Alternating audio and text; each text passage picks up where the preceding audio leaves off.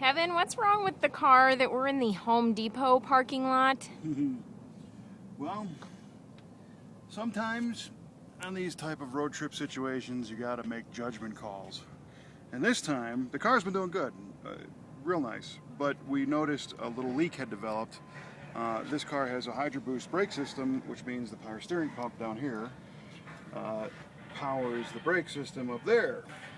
And you need fluid, obviously, for your power steering, but also for the brakes.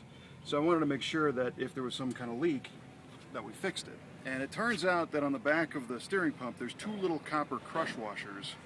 I should call them big, because they're like this big around. And we stopped here in Gallup, New Mexico on our nationwide tour of auto parts stores and visited a very nice guy at a Pep Boys who took a lot of time to try and help us, but he didn't have one of the things that we needed. So we zipped into another store and the line was too long and they didn't have anything. And being a copper crush washer, there's a possibility that Home Depot has one in the plumbing aisle. But here's where the judgment call comes in, because yeah, there's a possibility they got one in there.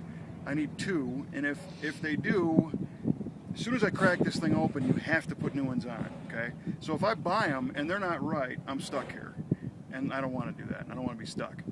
So I'm just going to chalk this up to be a nuisance leak. You know, I'm also resisting the temptation to just crank that fitting down a little bit more, because with my luck, I'll spin the fitting right out of the pump, and then we're stuck again. So In the Home Depot parking lot.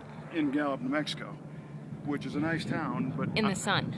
I don't know anybody here.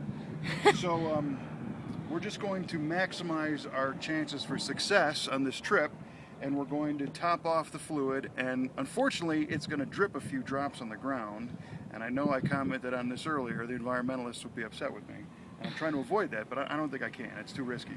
So we only have, I don't know, 333 miles. 333 miles to go in this little adventure today, so I think we're just going to top it off and hit the road.